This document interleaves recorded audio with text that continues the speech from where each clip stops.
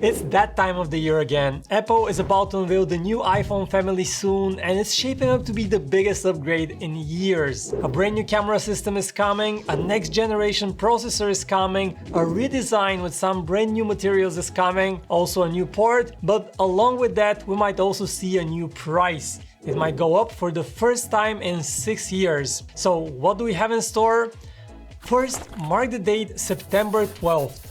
That's when Apple is expected to officially unveil its 4 new iPhone 15 models along with 2 new Apple Watches. The lineup will be similar to what we had last year. 2 smaller 6.1-inch models, the iPhone 15 and iPhone 15 Pro, and 2 larger 6.7-inch models, the iPhone 15 Plus and iPhone 15 Pro Max. And of course, start saving up, because this year the more expensive iPhone 15 Pro models will truly steal the show. Expectations are that Apple will bump the prices up by $100 on the Pro models, but has Apple done enough to justify the higher prices?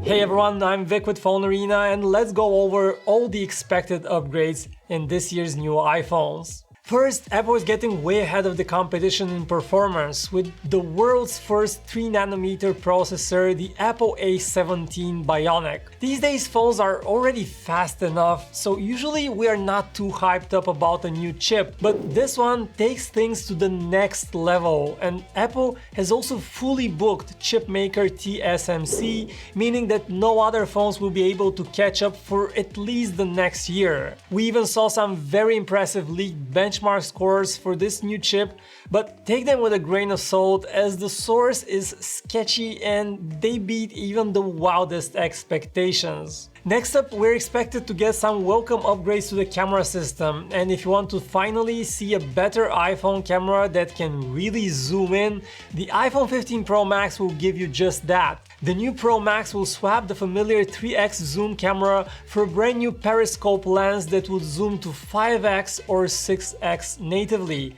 And with digital zoom, you should easily hit 20 times or even 30 times zoom. Now, unfortunately, that new camera is only coming to the larger Pro Max model, while the smaller 15 Pro version will stick with the 3x camera.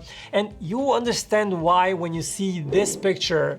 Just see how much space that new camera takes up inside the phone. Apple just cannot fit it in the smaller form factor. Now, by the way, rumor is that next year the iPhone 16 Pro will go from a 6.1-inch size to 6.2 inches, and with that slightly bigger size, it will be able to fit in that new camera. But back to the models that are coming this September, and the 2 Pro models are both expected to use titanium instead of stainless steel. Yes, titanium is the same material Apple is using on the Apple Watch Ultra, and it should also look the same as on the watch with a brushed metal finish. The big advantage with titanium is that it's lighter than stainless steel and will better resist scratches and fingerprint smudges. Now, we also find the current iPhone Pro models just a bit too heavy, so if this also helps reduce the weight, we're all in. The second design change is all about that bezel around the screen. Leaks say Apple has made these borders a third slimmer for a true edge-to-edge screen feel,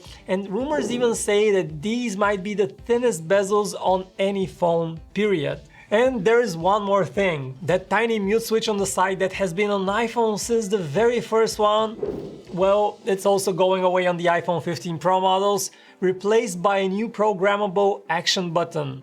We have already seen leaked cases for the new iPhones, and the change is definitely happening. You will still be able to set this new button to mute the phone, but you could also program it to start the camera or do something else completely, and you could also be able to program a double-click action, and this looks like a super neat quality of life feature. Finally, to justify the higher prices, expectations are that both iPhone 15 Pro models will now have 256GB of storage in the base model, twice as much as before.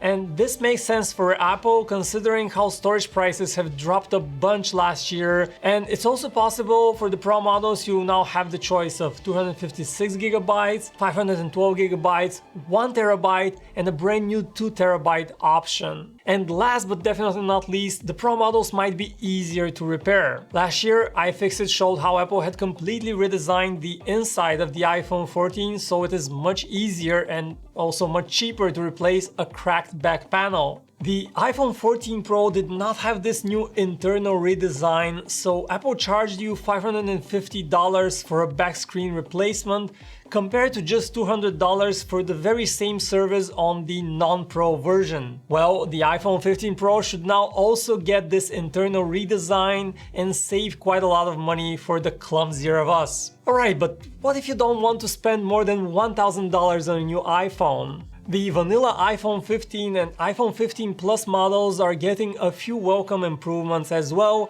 and good news is that those models will keep the same prices as last year. First, with these models, Apple is losing the notch, so you have the dynamic island on these cheaper iPhones, and they're also getting the A16 Bionic chip, the same one that Apple used on the 14 Pro series.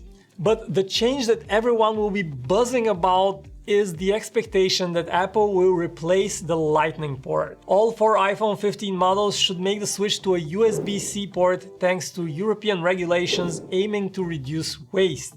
And of course, as always, some will love and others will hate this change. Now, if you ask us, USB-C on iPhones is a good thing. Apple should include a cord in the box with the new iPhone so you don't have to spend extra, and having that same port on your iPhone, your MacBook and most other electronics would mean that you don't have to pack different cable types when you go on a trip or even at home. With those new cables, transfer speeds will also go up significantly, and you might even be able to use the new USB-C port to connect your iPhone to an external monitor.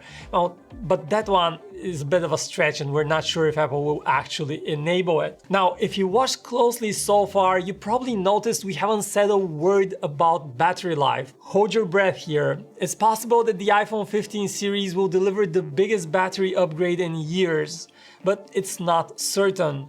One source claims to know the exact battery sizes for all new iPhone 15 models, and they say we might get a nearly 20% larger battery on some of the models.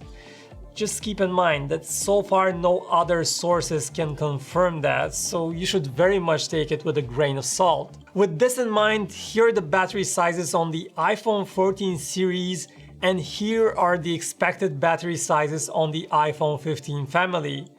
That works out to a 12% upgrade for the iPhone 15 Pro Max, a 14% larger battery for the iPhone 15 Pro and iPhone 15 Plus, and a whopping 18% bigger battery for the vanilla iPhone 15. Combine this with the new and more power-heavy chips, and you can see why we're kind of excited about this one. But let us know in the comments below which iPhone upgrade are you most excited about and which new iPhone are you planning to buy this year. Thanks for watching, and I'll catch you in the next one.